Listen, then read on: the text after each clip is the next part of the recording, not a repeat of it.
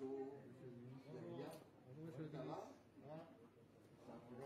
ministre. Ça, bonjour. Bonjour. On est vacciné.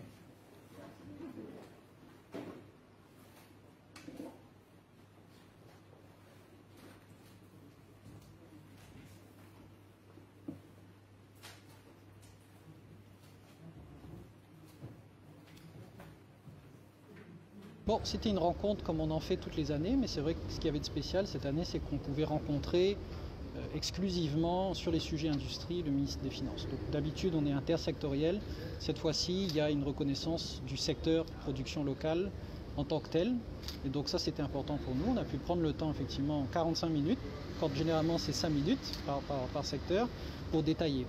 Donc on a détaillé autant sur des sujets de production locale actuelle, food safety, supply, que des sujets de transformation. Donc comment est-ce qu'on amène ce secteur à une autre étape et à une autre échelle qui est la région.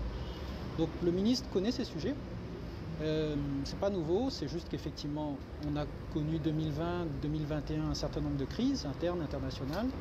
Donc ça peut ralentir le calendrier de réforme, mais pour autant ça permet au secteur aussi de tester des choses sur le terrain. Donc comme nous on est une organisation projet driven, ça nous permet aussi de pouvoir amener des bilans et de suggérer au ministre de donner un push sur des programmes, sur des actions et ainsi de franchir des étapes nationales. Je dirais que la rencontre et les 45 dernières minutes qu'on vient de passer avec le ministre sont bien le témoin justement que les choses avancent et que les choses progressent. La cause du Made in Maurice est bel et bien là. On représente aujourd'hui un réseau d'entrepreneurs dont 50% sont des PME. Et on a bien senti déjà dans le dernier budget que le ministre était à l'écoute du Made in Maurice. Et encore aujourd'hui, c'était le cas.